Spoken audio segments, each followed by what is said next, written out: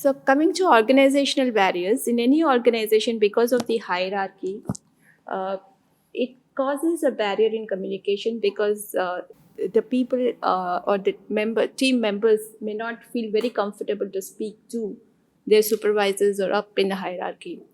And this kind of obstructs free flow of communication, may lead to miscommunication, misunderstandings and all that, and not complete information being shared because you're afraid to go and share something, if something especially if something has gone wrong.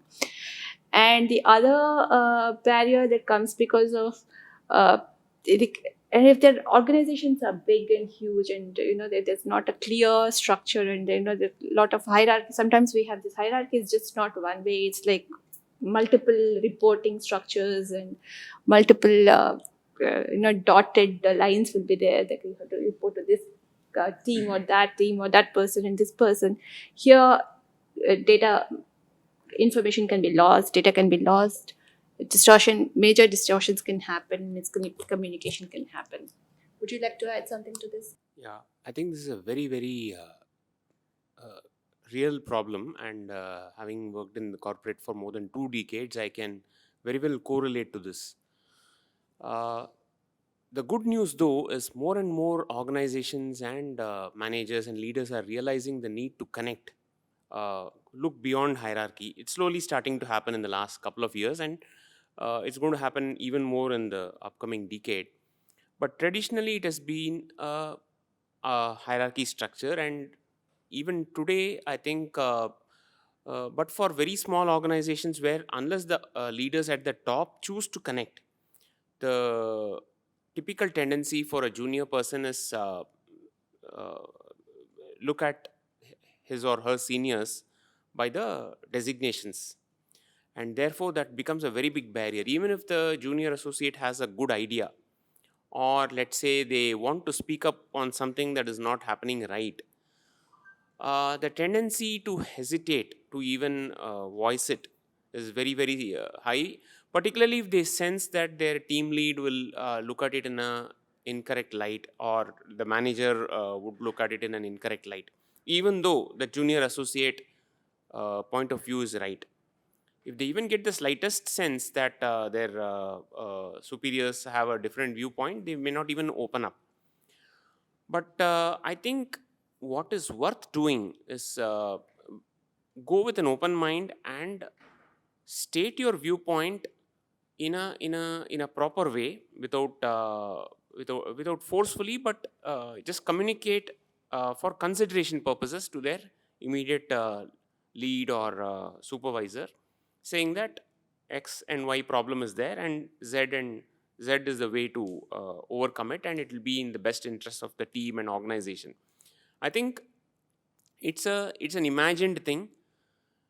Good managers and leaders, they are all ears for good ideas, for improvisation at every level in an organization. In fact, they keep their eyes and ears open.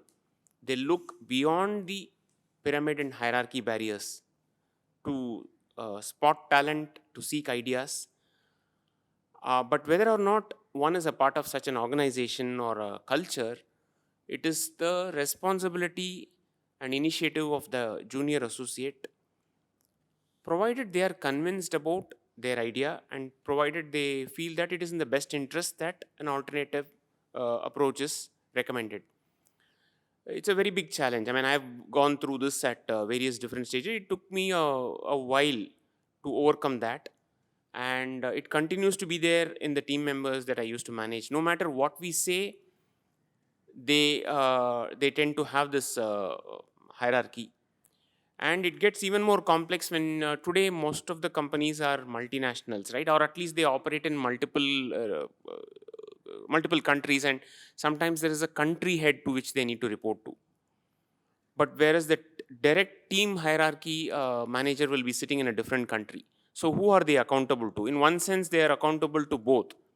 Say, for example, I used to work in a company which had its India operations. I was the quality manager. We had a senior quality manager and director who were based out of India, who were from an operations and country perspective, whom we reported to. But From a functional perspective, we had our vice president of quality assurance sitting in the US. So we had to be accountable for both of them. And sometimes the expectations from both these hierarchies were different. So one had to be consciously listening what each one of them is looking out for. And accordingly, if there are differences that are rising, we need to be in constant touch and trying to sync up those people, because our seniors are very busy people, and they might have said certain things in a context. Just so that the miscommunications and misunderstandings don't arise, it is the responsibility of the individual to kind of get things clarified.